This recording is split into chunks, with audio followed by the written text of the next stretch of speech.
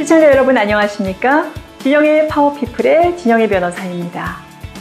우리는 누구나 행복한 삶을 원하지요. 아마 전 세계 어디를 둘러보더라도 불행한 삶을 원하는 사람은 단 한 명도 없을 텐데요. 제가 오늘 처음부터 이렇게 행복에 관한 이야기를 하는 이유가 있습니다. 바로 오늘 진영의 파워피플에 함께 해주실 주인공분이 대한민국의 행복 전도사로서 활약하고 계신 분이기 때문인데요. 어떤 분이신지 궁금하시죠? 오늘의 파워피플 지금부터 만나보겠습니다.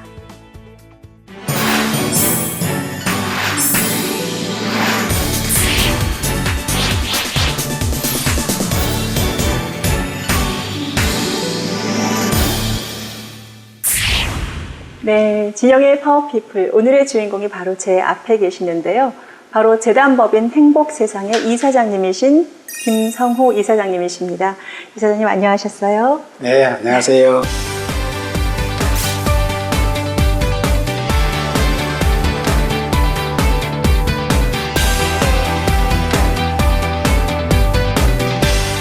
네, 지금은 재단법인 행복세상이라는 이 재단의 이사장님으로 계시는 것을 알고 있습니다만 법조의 오랜 대선배님이시죠. 또 오랫동안 특수통 검사님으로 계셨고 또 법무부 장관님, 또 국정원장님 이런 정말 우리나라에 내노라 하는 수사와 관련된 이런 일들에 대해서는 정말 타의 추종을 불허하시는 그런 지위로 그동안 해오셨는데요. 자, 그래서 그런지 사실은 오늘 행복재단이라는 그동안에 해오셨다는 수사, 또 공안 이런 쪽과는 조금 다른 행복세상이라는 재단법인의 이사장님으로 만나 뵙게 되는 우리 김성호 이사장님 이야기 보따리를 풀어놓으실 게 정말 흥미진진하고 기대가 됩니다. 네, 열심히 한번 해보겠습니다. 예, 그래서 저희가 준비한 처음 코너가 있습니다. 바로 진영의 파워피플의 첫 번째 코너, 키워드로 알아보는 김성호 이사장님의 인생 스토리입니다. 이사장님, 저는 지금 이걸 쭉 보다 보니까요, 먼저 브니엘 학교라는 학교 이름이 먼저 눈에 띄네요. 이 브니엘 학교, 그러니까 우리 이사장님께서 학교를 다니셨었던 시대는 1960년대로 제가 말씀을 들었는데요. 60년대 유학을 가셨을 리는 없으실 것 같고, 브니엘 학교도 조금 독특한 이름의 학교입니다. 먼저 우리 이사장님과 브니엘 학교가 인생에서 어떤 연관점을 가지고 계셨는지 한번 직접 말씀을 좀 해주시겠어요? 네, 브니엘 학교는 지금 부산에 있는 중고등학교입니다. 네, 지금도 있나요? 지금 있죠. 네. 제가 원래는 이제 출신이 경상남도 남해라는 곳이지요. 네, 남해셨군요. 남해지요. 그런데 네. 이제 아버님께서 이제 밖에 나가서 사업을 하다가 네. 실패를 하셔서 네. 저희들이 고향을 떠나게 됐습니다. 네, 그래서 이제 그때 남해에서요. 남해에서 건너간 곳이 부산, 네. 부산에 가서 살게 됐죠. 네네. 그런데 얼마나 가난했던지 아버님이 제대로 된 집이 없어요. 그냥 학고방에서 살고 있어. 학고방이라는 게 그냥 이 예전으로 치면 그 판잣집. 그렇죠. 판잣집이죠. 네. 그걸 이제 일본 말로 이제 학고방이라 하는데 예. 그런 집에서 말하자면 판잣집인데 그 안에 심지어는 이 옹벽에 이래 달아서 지어놓은 집이기 때문에 네. 거기에 그 개울이 흐르는 예. 그 집 안에도 네. 이런 정도로 해놓고 그냥 살고 있었어요. 집 그런- 안에 개울이 있는데 그냥 대충 집을 대충 얼기설기로 집을 얼기설기 지어놨군요. 지어가지고 이제 그런 데 살고 있는 거죠. 그리고 네. 이제 아버님은 지게를 네. 날품팔이를 하고 있고. 네. 그리고 뭐 학교는 그때 이제 5학년 말이었는데 네. 들어갔습니다만은 집에 제대로 있을 수가 없으니까. 네. 그래서 그 담임 선생님 주선으로 제 친구 집에서 이제 말하자면은 입주과에 비슷하게 들어가서 이제 지냈지요. 친구를 가르치는 입주과외 선생님. 그렇죠. 예. 그러다가 하여튼 6학년을 졸업하게는 됐는데 네. 졸업하고 그때는 중학교도 입학 시험을 쳤어요. 예. 그래서 이제 제가 공부는 좀 했습니다. 그래서 이제 그 부산에서 제일 좋다는 중학교, 네. 부산 중학교가 있었어요. 거기에 이제 시험을 쳐서 합격이 됐거든. 예. 됐는데 우리 아버님이 등록금을 마련하지 못하는 거라. 그때는 이제 등록금을 내야 되거든. 요새는 예. 의무교육이지만 5,300환 네. 그 당시 돈으로. 그런데 이걸 못 만들어가지고 결국 학교를 못 갔습니다. 부산중학교를 합격하시고. 그래서 이제 제 생활 기록부에 보면은 부산중 입학 이렇게 써져 있는데 네. 사실은 가지를 못했어요. 그런데 마침 그 동네에서 선교사 한 분이 네. 그 학교 못 간 아이들을 데려다가 공부를 가르치고 있었어요. 네. 예, 그때 중학교 못 간 친구들도 많이 많았죠. 있으셨거든요. 그때는 다들 가난했으니까. 네. 그래서 이제 거기에 나가기 시작했죠. 그 학교를 운영하는 분이 분이엘 교회라는 교회 목사님이셨어요. 또 예. 선교사님이. 네네. 그래서 이제 그 분이엘이라는 이름이 그때 붙었죠. 예. 근데 이거는 이제 정식 인가가 안 나는 학교이니까 아마도 고등 공민학교 뭐 그런 정도 되겠지요. 일종의 교회에 딸린 뭐 그냥 자발적인 그렇죠. 그러니까 뭐 야학 비슷한 그런 학교였어요. 그러니까 이제 자발적인 이제 발란티어들이 이제 선생님을 하고 네. 그런 학교죠. 네네. 그래서 이제 거기 주로 그 선교사 집에 차고가 하나 있고 예. 그 차고 안에서 이제 공부를 했죠. 네네. 또 그게 모자라니까 천막을 지었어요. 네네. 천막에서 공부를 하면 아주 여름에는 아주 비 오는 소리에 콩복도 합니다. 비도 새고. 네. 하여튼 이제 그런 환경에서 자랐는데, 그게 이제 그 목사님이 이제 박성기 목사님이라고 제가 아주 존경하는 분입니다만은. 네. 근데 사실은 뭐 정식 학교는 못 다녔으니까 제가 이제 중학교 졸업장이 사실은 없습니다. 저희들이 고등학교 과정에 들어갔을 때 학교가 인가가 났지요. 네. 고등학교 졸업장은 제가 있어요. 그럼 중학교 그런데, 졸업 없고 고등학교로 바로 진학하신 것처럼 그렇죠. 그렇게 돼 있네요. 근데 이제 거기서 사실은 이제 뭐 이래 공부를 제대로 배울 수 있는 환경은 아니었지만 네. 참 중요한 인생 수업을 하게 됩니다. 그래서 나는 이제 우리 그걸 이제 분이엘 정신이라고 보통 표현을 하는데 네. 그 두 가지입니다. 하나는 오뚜기 정신. 네. 어떠한 시련과 어려움이 닥치더라도 절대로 넘어지지 않고 다시 새로 시작한다. 오뚜기 왜 던져도 또 일어나지 않습니까? 네. 그런 정신. 오뚜기 정신. 7.8기. 네. 오뚜기 정신. 네. 그다음에 하나는 그 우리 학교는 이제 그 전인 교육을 말하자면 했어요. 전인 교육. 그러니까 예. 인성 교육을 한 거죠. 네. 그래서 교훈에도 나옵니다만은 나는 네. 웃는 자와 함께 웃고 네. 우는 자와 함께 우는 사람이 되련다. 멋지지요. 네. 이게 이제 우는 자와 함께 인간성, 웃고. 휴머니즘, 네. 인간을 존중하는 정신 네. 이런 것들이 이제 내 이제 인생의 밑바탕이 되는 거죠. 그래서 네. 아주 좋은 나는 그 시기를 보냈다고 그렇게 생각하고 있습니다. 예. 네. 자, 이제 이쯤에서 우리 김성호 이사장님이 실제로 어떤 분인지를 이제는 말할 수 있다. 이렇게 한 말씀 해주실 분이 있다고 하시는데요. 화면 먼저 만나보고 오겠습니다. 제가 95년, 6년, 7년 이제 서울중앙지검 특수부에 평검사로 왔을 때 그때 이제 특수부장님을 제가 모셨습니다. 그래서 사실 그 당시에 평검사와 부장의 관계는 상당히 어려운 관계였습니다. 그래서 우리 부장님 모시고 그 당시 검사들이 요새 대통령 사건을 처음 그때 다뤘을 때죠. 그래서 전두환 전 대통령 비자금 사건, 그리고 노태우 전 대통령 비자금 사건, 이런 사건을 하면서 검사들이나 저를 비롯해 검사들이 많이 배웠습니다. 제가 검사 생활을 하면서 어떻게 보면은 가장 좋은 인연, 가장 어떤 그 기회였다고 생각하는 것이 김성호 장관님을 모셨던 그 기간이 아닌가 이런 생각이 듭니다. 제가 기억하기로 이제 평검사 시절에 그때 이제 말씀드린 대로 부장님 모시기가 굉장히 좀 어려운 상황이었는데 한번 결제받으러 들어갔어요. 들어갔는데 어느 책을 보시더니 그냥 엄청나게 울고 계시는 거예요. 옆에 휴지통에 티슈가 이렇게 쌓여있는 거예요. 그래서 무슨 일이십니까? 그랬더니 그때 제 기억으로는 아버지와 딸이라는 책인데 그런 어떤 살아나오는 과정에서 딸이 아버지를 오해했던 부분, 그리고 아버지로부터 정을 느낀 부분을 이렇게 책으로 내온 책인데 그걸 읽으시면서 그렇게 울고 계시더라고요. 그래서 제가 그때 참 엄한 분이신데도 저렇게 따뜻한 마음을 갖고 계시는구나, 그런 일을 느꼈습니다. 그래서 후배 검사들을 지도하실 때도 어떤 업무에 대한 열정 외에도 항상 따뜻하게 지도를 해주셨던 그런 분으로 기억하고 있습니다. 우리 장관님께 이제는 장관님을 좀 돌봐야 할 그런 시간을 좀 가지셔야 하지 않나 이런 생각이 듭니다. 너무나 많은 행보를 지금 보내보셨습니다.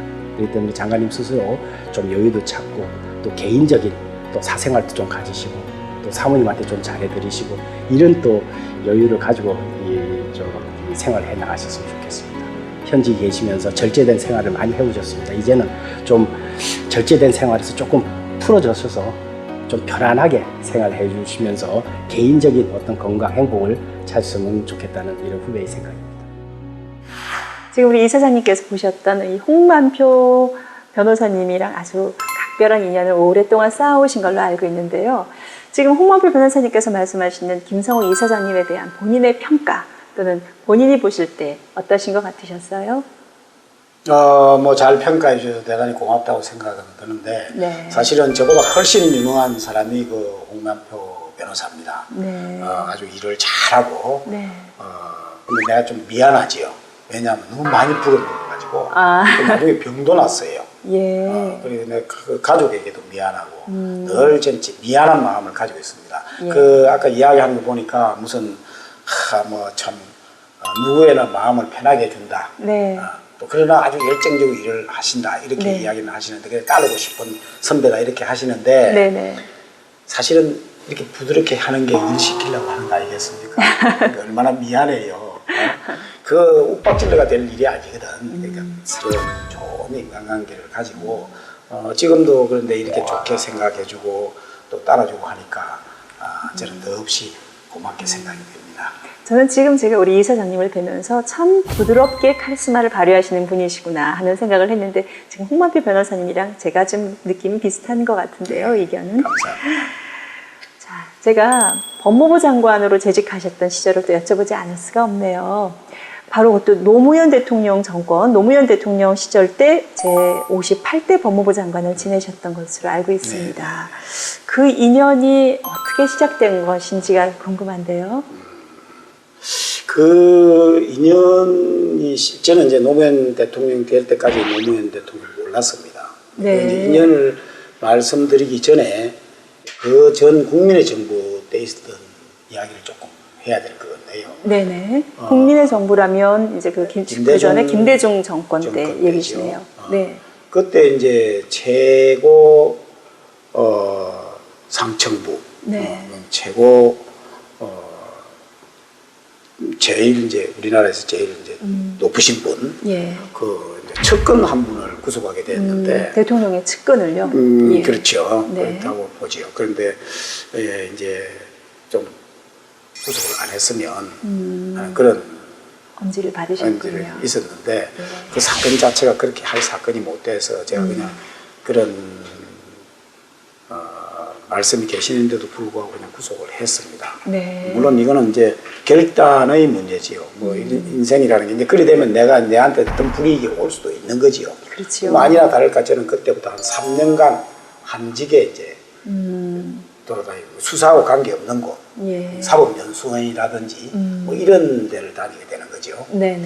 근데 이제 그 내가 이제 택한 거니까 뭐 나는 뭐 즐겁게 뭐 택할 수밖에 없었는데 이미 이제 그 대통령 측근에 구속을 결정하셨을 때부터 이후에 각오를 나에게 다 한 거지. 불이익이 올 수도 있겠다는 걸 감수하실 그거는 뭐 각오를 다 하셨군요. 그러나 이제 인생은 항상 선택을 해야 되니까. 네. 근데 이제 제일 중요한 거는 지금 당장이 아니고 예. 최후의 어떤 그 대차 대조표란 말이야. 네네. 그러니까 이제 거기에서 내가 후회 없는 삶을 살아야 되니까. 네. 내가 만약에 이걸 잘못 처리하고 나중 되면은 내가 후회하지 않겠나. 후회 없는 선택을 한 거죠. 근데 네. 그걸로 인해서 지금 어떤 불이익이 있을 수 있다는 건 각오를 해야지. 그만둘 수도 있다는 생각을 해야지요. 그만둘 뻔 했지요. 네. 근데 여하튼 한직에 다니면서 나는 그때 인생이 아주 풍부해지는 경험을 합니다. 사실은 그때까지만 해도 네. 검사밖에 몰랐잖아요. 매 그 일만 했잖아요. 밤새면서 그 일만 했잖아요. 죽으라고 했거든. 그러니까 그거밖에 모르는 사람이었어. 네. 그런데 이게 한직에 있다 보니까 네. 책도 읽을 수 있고 세상 돌아가는 모습도 볼 수 있고 얼마나 좋습니까? 네. 그때 내가 서예를 배웠어. 서예. 그 서예를 하면요 좋은 글귀들도 많고 인생이 아주 풍부해진다. 네. 한고청향 뭐 이런 것도 그때 내가 배우고 그러니까 한고청향이라는 말은 한고청양. 그 매하는 추운 겨울의 고통을 겪어야 맑은 향기를 낸다. 지금 좀 어려운 일이 있다 해도 이걸 참고 견디면 반드시 결과가 좋아진다. 사람도 마찬가지다 이거지. 네. 그 일을 무사죠. 일을 무사조는 해야 다른 사사롭게 비추지 아니해야 한다. 그 검사나 공직자가 할 때는 네. 이 사사롭게 하면 안 돼. 공사구별이 분명하고 공명정대해야 되는 거지. 네. 그리고 많이 배우거든요. 얼마나 좋아요, 그게. 예. 그러니까 이런 생활도 내가 즐기고. 네. 또 그 다음에 가장 획기적인 게 뭔가 하면 내가 박사학위 논문을 그때 썼어요. 한 3년간 한직에 있다 보니까 박사학위 논문 쓸 기회가 있는 거예요. 시간이 많잖아. 네. 그래서 박사학위 논문이 공직부패 방지를 위한 제도 개선에 관한 연구입니다. 아, 공직 부패 방지를 위한 제도 개선 연구요. 그렇죠. 그거 이제 전문가가 된 거죠. 나는 이때까지 사정 자금만 사람을 구속하고 수사하고 한 것만 했지만 네. 이거는 사람만 사정 자금만 한다고 되는 게 아니고 네. 제도를 바꿔줘야 된다. 예. 그 제도 개선에 관한 문제들을 내가 집중적으로 연구를 한 거지. 박사학위 논문을 박사학위 쓰신 논문이죠. 거군요. 네. 사실은 요새 소위 말하는 그 김영란법이라고 얘기되는 그런 지금 그 그런 거 다 김영란법이 있죠. 그 전에 있었던 그 논문의 주제와 참 일맥상통하네요. 그렇죠. 예. 예. 그래서 이제 그걸 만들었는데 이제 그러고 이제 정권이 바뀌었죠. 노무현 정부가 들어오게 됐는데 네. 이제 정권이 바뀌었으니까 이제 좀 좋은 자리로 보내주겠나 생각했는데 여전히 한직 신세는 면하지를 못했어요. 그냥 네. 잊혀진 인물이 돼버린 거지. 그래서 무슨 조그마한 청해 검사장이 됐습니다. 네네. 그래서 이거는 이제는 그만둬야 되고 왜냐면 우리 이제 동기들이 고등검사장들도 다 되고 했거든. 네. 이제는 나도 이제 인생을 정리해야 되겠다 하고 있는데 대구에서 지하철 방화 사건이 생겼어요. 네, 유명했었죠. 그래서 거기에 필요한 검사장을 이제 물색을 하게 됐는데 네. 그게 제가 그게 적당하다는 누가 보고를 했는 모양이라. 그래 이제 바로 법무부 장관으로부터 대구 사건을 좀 해결해 달라는 그런 지시라고 할까요? 그런 게 예. 있어요. 대구 검사장을 그냥 사표 내기도 전에 발령이 나는 바람에 가게 됐어요. 예. 그런데 대구 지하철 방화 사건도 이번 세월호 사건과 비슷한 데가 맞습니다. 많습니다. 사실은 이제 그게 지방에서 일어났지만 굉장히 큰 사건이었었죠. 굉장히 큰 피해자들도 사건이죠. 너무 수백 명에 이르렀고요. 그럼요. 그리고 이제 법무부 장관도 아주 곤혹스러웠고 정부도 아주 곤혹스러웠고. 네네. 근데 그걸 하여튼 이것저것 원인 뭐 이런 걸 다 조사를 해서 아주 완벽하게 처리를 하고 그 이제 피해 희생자들에게도 예. 이제 그 상당한 우리 진상을 밝히고 해가지고 불법 행위가 일어나지 않도록 조처를 하면서 네네. 성공적으로 그 사건을 마무리를 짓습니다. 네. 이번에 그 마무리 짓는 과정을 세월호 사건 할 때 좀 참고를 했으면 도움이 되지 않을까 싶은데 이번에 세월호 사건은 굉장히 좀 이상한 쪽으로 흘러갔죠. 예. 근데 이제 그 사건을 잘 처리고 했는데 이제 노무현 대통령 시절이죠 그때. 네네. 대통령 청와대로부터 연락이 왔어요. 부패방지위원회 사무처장을 좀 만나줬으면 좋겠다. 네. 맡아줬으면 좋겠다. 예예.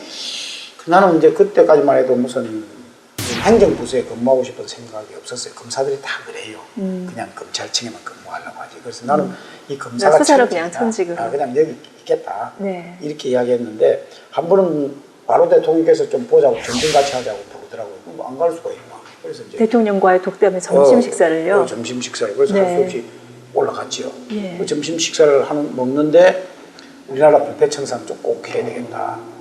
그런데 아무리 눈을 씻고 봐도 대한민국에 당신밖에 그걸 해결해 줄 사람이 없다. 그래 좀 맡아달라. 네. 그래서 내가 그때도 완곡하게 저 뭐 별로 생각이 없습니다. 이랬더니 아니 그럼 뭐 때문에 논문을 쓰셨어요? 실천해야 될 거 아닙니까? 실천을. 네. 이거 내가 그 대신 정권을 주겠다.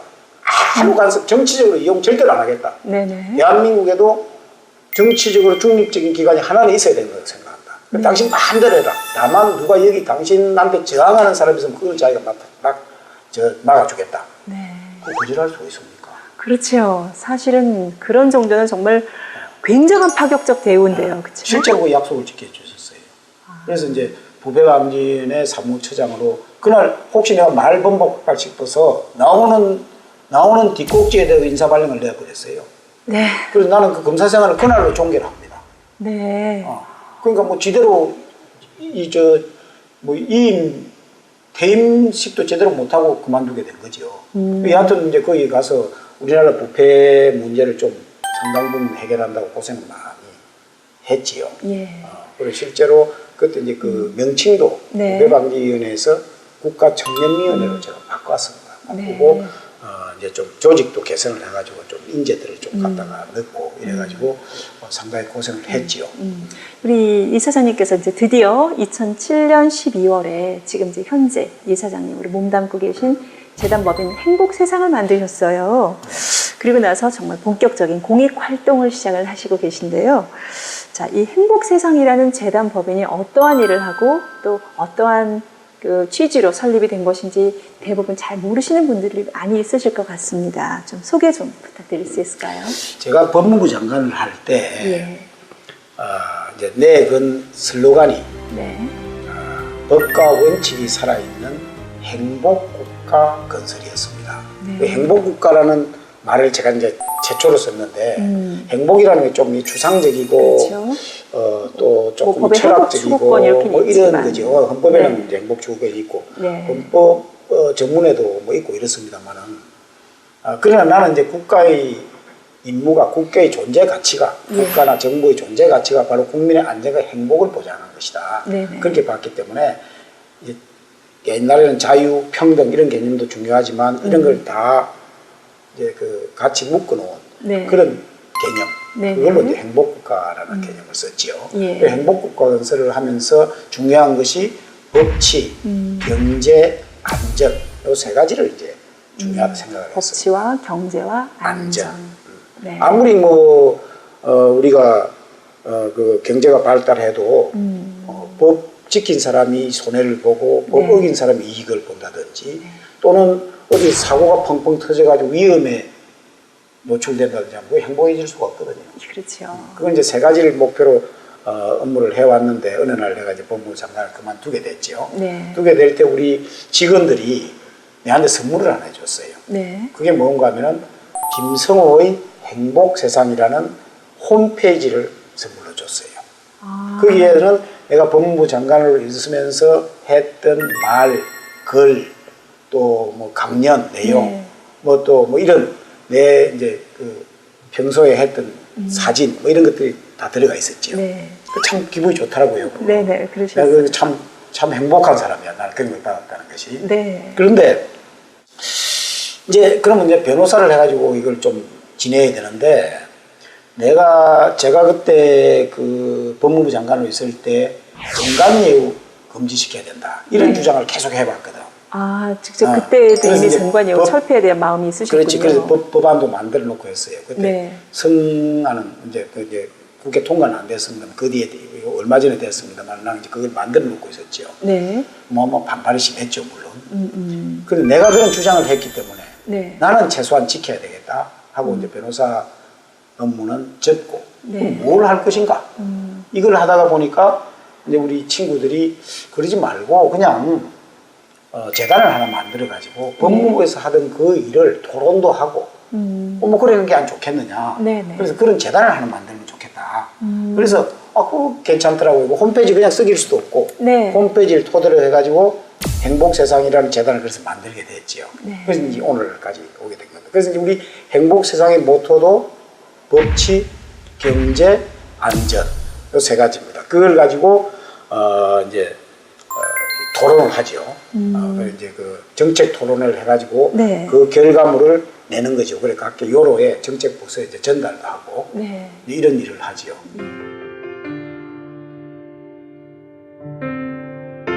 It's 1 a.m. we've come this far, and I don't see us apart. The night is young, and so are we. Should you cross that line and come home with me? I know you know we know where we are, and I know you know we know where to start.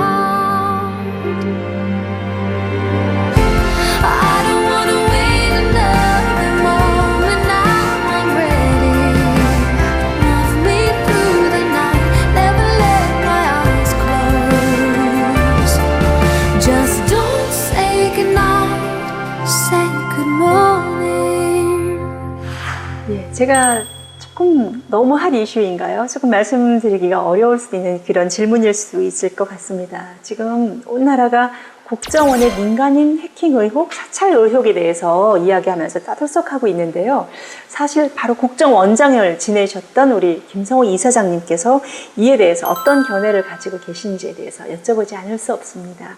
한번 견해를 여쭤볼게요. 지금 세계는 정보 전쟁을 하고 있는 중입니다. 네. 그런데 이 안보는 이것이 우리가 선택을 하고 마고 할 문제가 아니고 네. 이건 아주 생존의 문제입니다. 그래서 국가 안보에 관한 문제는 우리가 도무지 소홀히 다룰 수가 없습니다. 그런데 그렇죠. 문제는 이 국가 안보에 관한 문제가 예우가 없이 네. 그냥 노출된다. 그러면은 정보력이 굉장히 약해질 수밖에 없지요. 네네. 이게 누구한테 이익이 되겠습니까? 이것이 국민들한테 알려준다 해서 국민들한테 이익이 되는 것이 아니라 네. 우리 정보 활동하고 있는 내용이 다 공개가 되면 그거는 바로 북한이 되는 겁니다. 그래서 이것은 매우 조심스럽게 다루어야 한다. 네. 저는 그렇게 생각을 하고 네. 지금 이제 그것이 혹시 민간 사찰하는 데 사용되지 않느냐 그 의혹이 네. 있으니까 네. 그걸 철저히 조사를 해야 되겠다고 네. 하는데 물론 잘못이 있으면 법과 원칙에 따라서 처벌해야 됩니다. 네. 그러나 지금 그런 의혹이 있을 수 있다. 지금 의혹이 나온 게 하나도 없어요. 잘못이 나온 건 하나도 지금 밝혀진 게 없습니다. 근데 예. 의혹이 있다고 해서 네. 전체를 다 발가벗기고 보겠다. 네. 이것은 굉장히 위험한 생각입니다.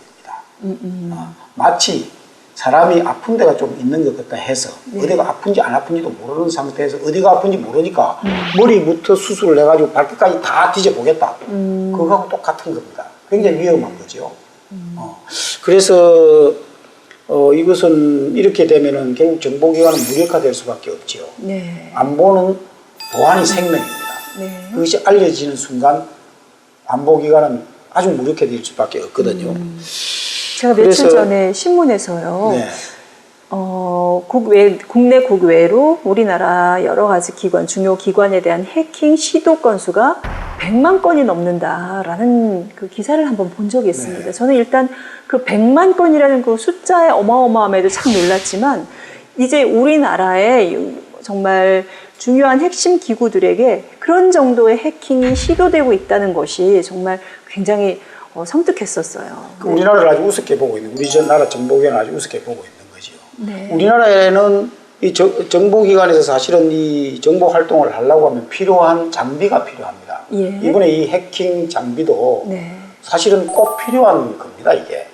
그렇기 때문에 이걸 다른 나라도 다 구입해서 사용을 하고 있습니다. 예. 잘못 사용할 때 처벌을 해야 되는 거지. 네. 그러니까 가령 군인한테 총을 안 주고 전쟁하라는 것 같아요. 네. 군인 총 그것도요. 잘못 사용하면 인명을 살상할 수도 있거든요. 그렇죠. 그렇다고 총을 다 빼앗을 수 없는 거 아닙니까? 네네. 그럼 장비를 줘야 돼요. 예. 지금 국회에 그 감청 장비, 네. 소위 이제 감청에 관련된 법안이 나가 있고, 네. 우리는 감청 영장은 다 나옵니다. 네. 나오는데 감청을 할 수 있는 시설이 없어요. 그래서 시설을 통신업체에서 개인의 인권이 훼손되지 않는 방법으로 하도록 그런 법이 나와 있는데, 네. 또 이제 테러 방지법이라든지 사이버 위기 방지법이라는 이런 법들이 나가 있습니다. 나가 있는데 네. 국회의원들이 이 진영 논리에 의해서 그걸 통과를 통과시켜 주지를 시켜주지. 않아요. 네. 큰 문제입니다. 그래서 나는 이 테러라든지 북한의 위협에서 무슨 사고가 생기면 네. 국회의원들이 공범으로 책임을 져야 된다. 지금 외국에서 테러 분자들이 들어오고 있습니다. 네네. 그것도 알 수도 있습니다, 우리가. 왜냐하면 거기 이제 테러 요원들은 국제적으로 다 공인 알려져 있거든요. 그렇죠. 그런 정보를 사람이- 공유할 테니까요. 그러니까 정보공유 알려져 있는데 이 사람들이 들어와도 네. 우리가 감청할 수 있는 시설이 없어가지고 뭘 하고 있는지를 알 수가 없어요. 아. 그러니까 소위 이건- 말하는 국가 안보에 아주 위협이 될 수 있는 사람들이 와도 그 이후에 이 행동이나 말하는 상황에 대해서는 뭐 어떻게 알아볼 수가 없는 거지. 그러니까 이거 빨리 좀 입법화시켜주면 좋겠고 정말로 이 안보에는요 여고 야구 없습니다. 진영 논리 같은 거 적용하면 안 돼. 맞습니다. 진보가 어디 있고 무슨 보수가 보수가 어디 어디 있습니까? 네. 이게 국가가 일단 있어야 되는 그럼요. 것이지요. 이게 무슨 새 집이 다 깨졌는데 그 알이 그 안에 성할 수 있습니까? 그러니까 우선 이건 생존의 문제다. 네. 그래서 좀 한마음이 돼서 네. 좀 국가 안보에만은 좀 여야가 좀 생각을 좀 같이 해주고 너무 이렇게 그냥 막 까발리기식으로 지금 지금도 무슨 조사를 하고 있는 모양인데 조사를 해가지고 이걸 또 다 까발리지 않을까 저는 걱정이 참 대상 같습니다. 예.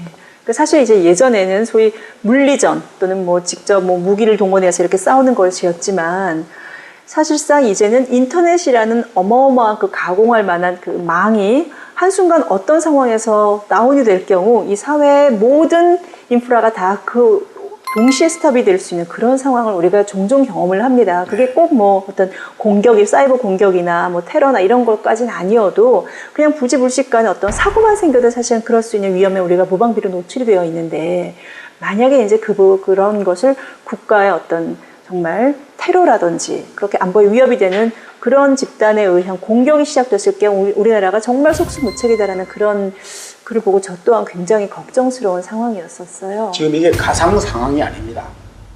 실제로 일어나고 났었고 네. 실제로 일어나고 있는 상황입니다.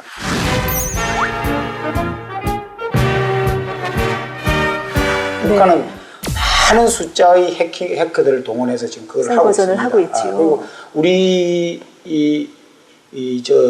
그 국가 기관이나 또는 중요한 업체들이 다 그냥 지금 무방비 사건에 노출되는 그런 상황에 와 있습니다. 그래서 이거 빨리 법을 만들어서 거기에 대한 대처가 꼭 필요합니다. 네.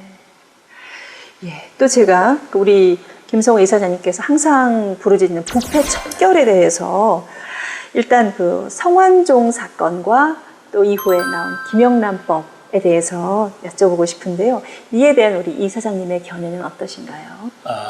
우리가 이제 성완종 리스트를 보고 다들 놀랬지요. 네. 거기 웬만한 정말 알만한 그 권력의 실세의 이름이 많이 나와 있었죠. 네. 이 부패 척결은 사실은 그동안 정부가 다 그 중점 사항으로 추진을 했죠. 네. 근데 대부분 다 실패로 끝났습니다. 아직도 부패 그대로 있거든요. 네. 왜 그런가 하면 이 정치 보복, 또 정적 제거, 표적 사적 뭐 이런 것들 때문에 그렇죠. 그러니까 내 편은 희생 안 당하고 네. 상대방만 제거하겠다는 거죠. 그럼 부패를 부패로 막는 꼴이 돼가지고 그건 성공할 수가 없습니다. 목적이 순수하지 못하기 때문에. 네. 그래서 이제 그런 각오를 해야 돼.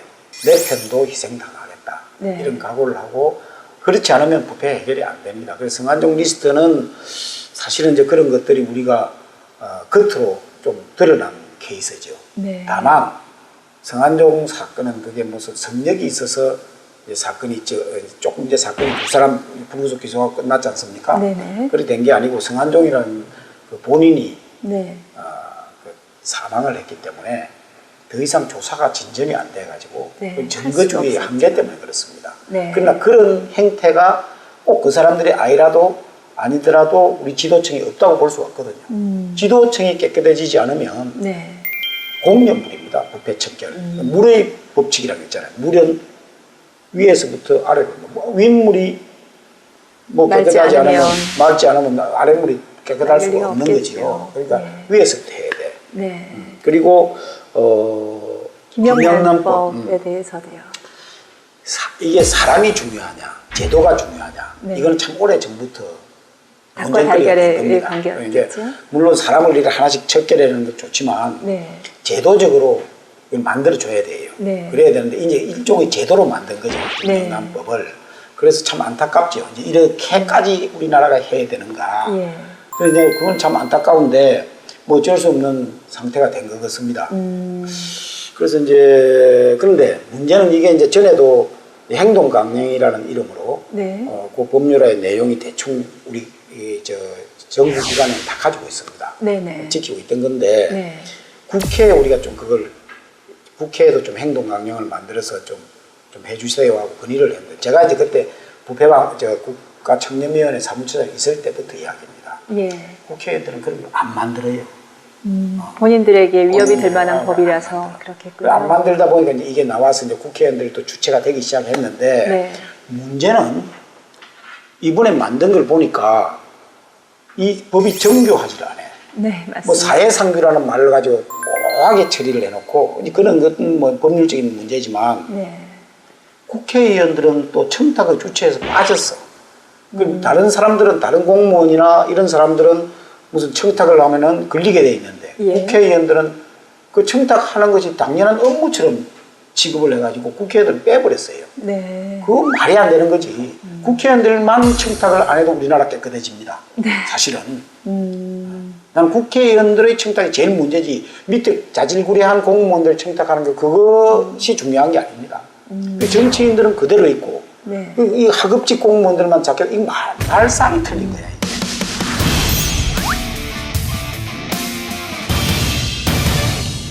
사실은 처음에 그 김영란법에 대한 대상과 주체 범위는 그보다 훨씬 넓었다고 들었는데 그렇죠. 그 법이 이제 소위 본회의를 통과하는 과정에서 소위 누덕누덕한 상황으로 통과가 이상한 됐죠. 게 된 거죠. 국회의원들 자기들 마음대로 된 거예요. 그것도 이 정부 국회는 또 적용도 안 돼요. 예. 거기다가 사인이 들어가 있어. 사인. 네. 그러니까 무슨 언론사 종사자나 예. 교육 사립학교 교직원이나 교직원이나 이런 사람들이 들어가 있는데 이것은 위헌성이 굉장히 농후합니다. 이 특별 권력 관계에서 요구되는 그 윤리 강령이거든요. 이게 네네. 그 특별 권력 관계에 있지 않는 사람, 말하자면 공무원이 아는 사람들한테 대해서 이래라 저래라 하는 건 국가가 할 수 있는 일이 아닙니다. 자기가 월급도 안 주고 자기가 감독도 안 하는데 어떻게 그런 사람들 보고 이걸 하라 마라 할 수 없는 거지요. 네. 그건 민간인은 자유스럽게 해줘야 돼. 자유스럽게. 네. 물론 거기도 이제 또 다른 법률이 적용되는 게 있지요. 네. 그 회사에 피해를 끼치는 경우나 네. 이런 거는 물론 뭐 범죄가 되겠지만, 네. 그러나 이걸 공무원과 똑같은 수준에서 처리한다는 거 이건 위헌성이 굉장히 농후하죠. 그래서 아주 정교한 것이 정교하지는 못해요. 예. 이게 다시 좀 손질 좀 해야 됩니다. 예. 제가 이 대목에서 김성호 이사장님과 많은 인연을 쌓아오신 분의 말씀을 또 한번 들어봤는데요. 이사장님의 행복 잠도사로서의 역할을 직접 옆에서 보고 계신 분이신데요. 어떻게 생각하시는지 화면으로 함께 만나보시죠. 그러니까 지금부터 20년 전으로 거슬러서 중앙수사부 근무할 때 그분이 직속 상관이었어요. 그래서 그때 인연이 시작됐는데 사실은 그 마음속 인연은 그보다 10년 전으로 더 거슬러 올라가서 우리 세상을 떠들썩하게 했던 이철이 장영자 사건, 대형 약소공 사건인가 그 사건에서 텔레비에 나와서 인터뷰하는 걸 보니까 말씀을 너무 잘하시더라고요. 그래서 제 양반하고 이제 같이 근무해봤으면 좋겠다 했는데 그 마음속의 꿈이 10년 뒤에 그렇게 이루어지더란 말이죠. 10년 전쯤으로 거슬러서 두 아들님 중에 마지가 공직에 나서게 되는데 공직에 나서는 아드님을 보고 편지를 띄운 게 있어요. 그 편지를 보면은 치열하지만 풋풋한 인생이를 하는 이런 제목으로 편지를 쓰셨는데 그 편지 내용에 노블리스 오브리제라는 말이 들어가 있어요. 피가 말린 이펙트도 들어가 있고 그 내용들을 보면은 꿈과 희망을 담아주고 하면서도 가진 자의 헌신 해서 인간적이기를 바라는 내용들로 가득 차 있습니다.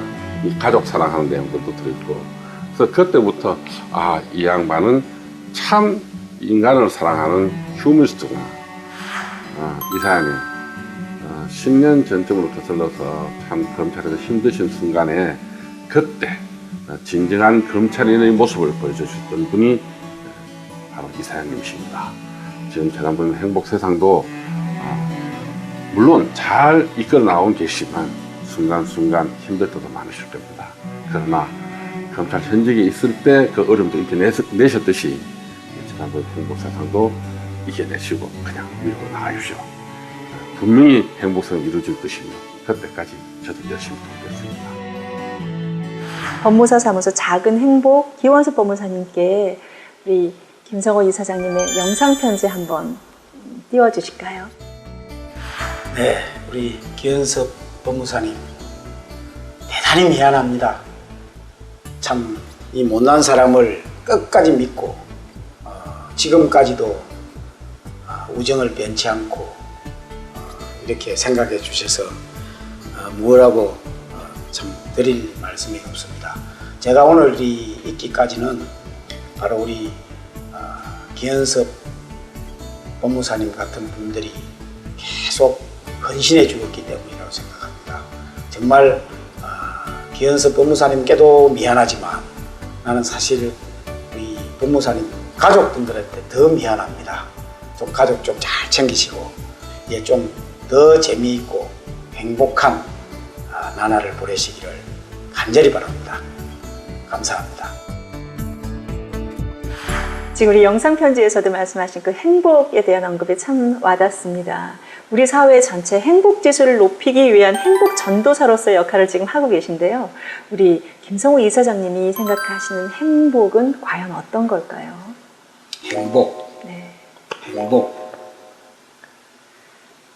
행복이 무엇인지 알 수는 없지만은 당신 없는 행복이란 있을 수 없잖아요. 이런 노래 있지요. 네, 저도 좋아하는 노래입니다. 당신 없는 행복이 있을 수 있을까요? 사랑이 행복이지요. 사랑의 다른 표현입니다. 행복이라는 것은. 유치원 선생이 지은 시에도 그렇지요. 사랑하는 것은 사랑을 받는 이보다 행복하다. 자기가 하는 일을 사랑해서 빠지고 네. 또 자기 곁에 있는 사람을 사랑해서 미치고 얼마나 행복합니까? 사랑의 속성은요, 난 열정과 순수다 이렇게 봅니다. 사랑이 열정과 순수다. 사랑이라는 것은 네. 불처럼 뜨겁고 치열하지만 네.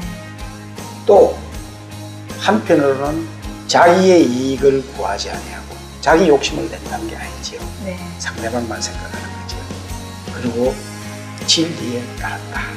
뭐 이런 것들이 들어있거든요. 그러니까 얼마나 순수한 마음입니까? 네. 이럴 때 행복이 찾아오는 거야. 그냥 욕심을 내거나 상대방과 비교를 하거나 이래가지고는 행복이 따라오질 않죠. 사랑하는 마음. 이 우리 세상에 전부 사랑하는 사람들로 가득 차고 사람들 마음이 사랑이 충만한다고 하면 네. 우리 세상이 바로 진정한 행복 세상이 되지 않을까 그런 생각을 해봅니다. 네. 정말 이제 대미를 장식해야 되는 마지막 질문을 드리겠습니다. 우리 행복 전도사님이시죠? 또 정말 지금까지 많은 일상에서의 일생을 최선을 다해 추구해 오셨던 우리 김성호 이사장님께 앞으로도 여전히 지금 청년과 같은 얼굴처럼 청년과 같은 그런 비전과 꿈을 가지고 계신다고 제가 들었습니다. 우리 김성호 이사장님께서 생각하고 계신 꿈이 있으시다면요? 저는 미래 지도자라고 할까, 청년 리더, 네. 그러니까 리더들을 좀 키우고 싶은 미래의 생각이 리더들이요. 있습니다. 미래의 리더. 네. 그러니까 아까 내가 이야기했다시피 사랑에 가득 찬 네. 그런 리더. 치열하면서도 풋풋한 네. 그런 리더. 네. 그거 좀 키우고 싶은데, 이제 제가 그래서 법무부 장관을 마치고 스위스에 가서 IMD라는 기관도 한번 방문해봤고, 어떤 기관인가요? IMD라는? IMD라는 것은 국제경영개발연구원인데 대학원 과정입니다. 네. 전 세계에서 차세대 지도자들이 모여서 네. 공부를 하는 곳이지요. 예. 그건 무슨 소중한 가치 이런 것도 좀 배워야 되거든요. 그냥 학문만 경영 노하우만 배우는 것이 아니라 예. 어떤 것이 소중한 가치인가, 어떤 것이 사회적 책임을 다하는 일인가 이런 것도 좀 공유하면서 그렇죠. 그래서 행복 국가를 만들기 위한 필요한 리더들이지. 그러니까 이런 사람들을 좀 키우고 싶은. 차세대 리더를 키우는 것이 우리 이 행복 세상 우리 재단 김성호 이사장님께서의 마지막 앞으로 이루고자 하시는 그런 성취의 꿈이시군요. 꼭 이루어지시기를. 그리고 그에 대해서 정말 많은 차세대 리더들이 우리 김성호 이사장님의 행복한 세상을 함께 만들어 나갈 수 있었으면 참 좋겠습니다. 네, 변호사님 행복하십시오. 네. 진영의 파워피플 오늘은 여기까지입니다. 시청해주신 시청자 여러분 감사합니다. 농구 경기를 보면 올 코트 프레싱이라는 작전이 있습니다. 저는 공격, 저는 수비 그런 뜻입니다. 부패 청산은 어느 한 기관이나 단체가 한다고 해서 이루어지는 것이 아닙니다. 국가기관이나 시민단체는 물론이고 국민 개개인 한 사람 한 사람이 법을 잘 지키고 부패의 사슬을 끊어내는 일에 동참해야 한다고 생각을 합니다. 국민 여러분께서도 부패 청산의 대열에 함께 하셔서 행복 세상을 이루는데 일조해 주시기를 간절히 부탁드립니다. 고맙습니다.